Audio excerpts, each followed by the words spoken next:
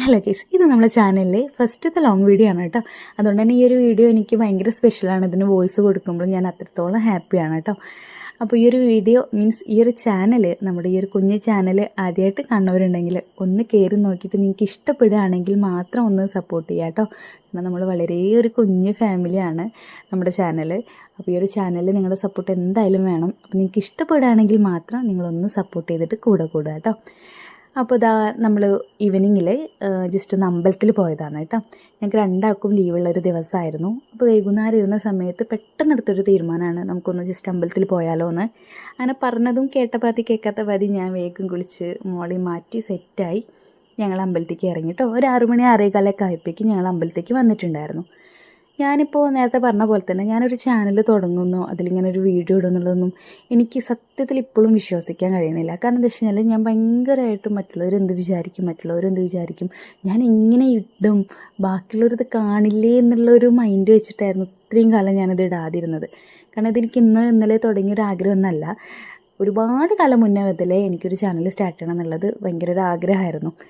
അപ്പോൾ നമുക്കിപ്പോൾ ഇതിൽ നിന്നൊക്കെ മനസ്സിലാവണമെന്ന് വെച്ചാൽ നമുക്ക് എന്തിനോടെങ്കിലും മതിയായിട്ടുള്ള ആഗ്രഹം ഉണ്ടെങ്കിൽ നമുക്ക് അധിക കാലമൊന്നും അതങ്ങനെ അടച്ചു വെക്കാൻ പറ്റില്ല. അത് എന്തെങ്കിലും പൊട്ടി പുറത്ത് വരുന്നതാണ് എനിക്ക് ഇതിൽ നിന്നും മനസ്സിലായത് ഗെയ്സ്.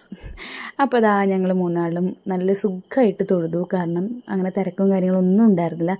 പ്രത്യേകിച്ച് നമ്മൾ ഈവനിങ് ടൈമിൽ നമുക്ക് അമ്പലത്തിൽ പോകാമെന്ന് പറയുമ്പോൾ ഒരു പ്രത്യേക രസമാണ്. അവിടുത്തെ ക്ലൈമറ്റും അതേപോലെ തന്നെ ആ ഒരു അറ്റ്മോസ്ഫിയറൊക്കെ നമ്മളെ വല്ലാതൊരു പോസിറ്റീവ് എനർജി നമുക്ക് ഓട്ടോമാറ്റിക്കലി കിട്ടും അല്ലേ. പിന്നെ ഈ ഒരു അമ്പലത്തെ പറ്റി പറയുകയാണെങ്കിൽ നമ്മൾ അങ്ങാടിപ്പുറത്തേക്ക് ഞാൻ പ്രത്യേകിച്ച് പറഞ്ഞു തരേണ്ട കാര്യമില്ല. നമ്മുടെ തിരുമാതാംകുന്ന് അമ്പലമാണ്.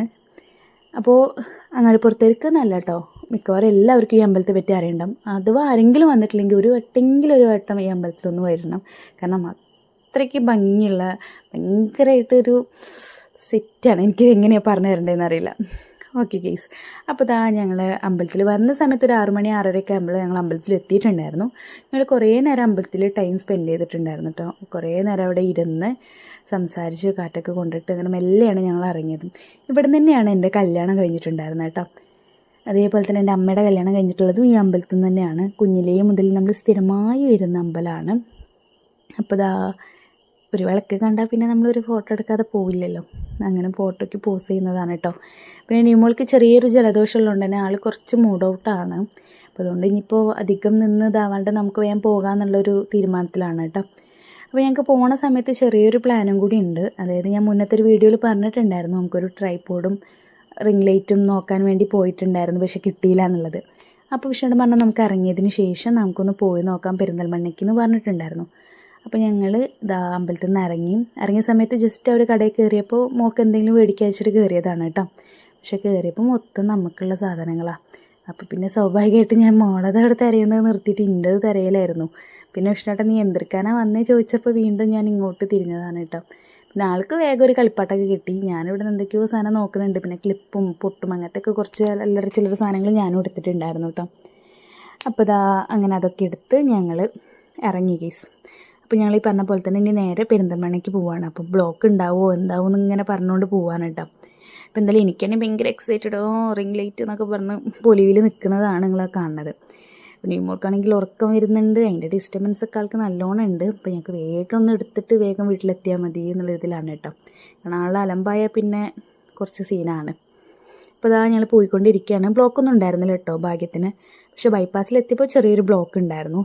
പാലത്തിൻ്റെ അവിടെ നിന്നൊന്നും കിട്ടിയില്ല. സാധാരണ പാലത്തിൻ്റെ അവിടെയൊക്കെ എന്നും എപ്പോഴും ബ്ലോക്കായിരിക്കും. അപ്പോൾ ഞങ്ങൾ പെരിന്തൽമണ്ണ ഗൾഫോണിക്കാണ് പോയിട്ടുണ്ടായിരുന്നത് കേട്ടോ, റിംഗ് ലൈറ്റ് ഇതെടുക്കാൻ വേണ്ടിയിട്ട്. അപ്പോൾ ഈ ചേച്ചിനെ സൂം ചെയ്ത് വേറൊന്നുമല്ല കേട്ടോ, ആളെ കണ്ടപ്പോൾ എൻ്റെ ചേച്ചിനെ പോലെ ഉണ്ട് എന്ന് പറയായിരുന്നു വിഷ്ണുട്ടൻ. അപ്പോൾ അമ്മ ഇങ്ങനെ എവിടെ എത്തി എന്നുള്ളത് പറയാം.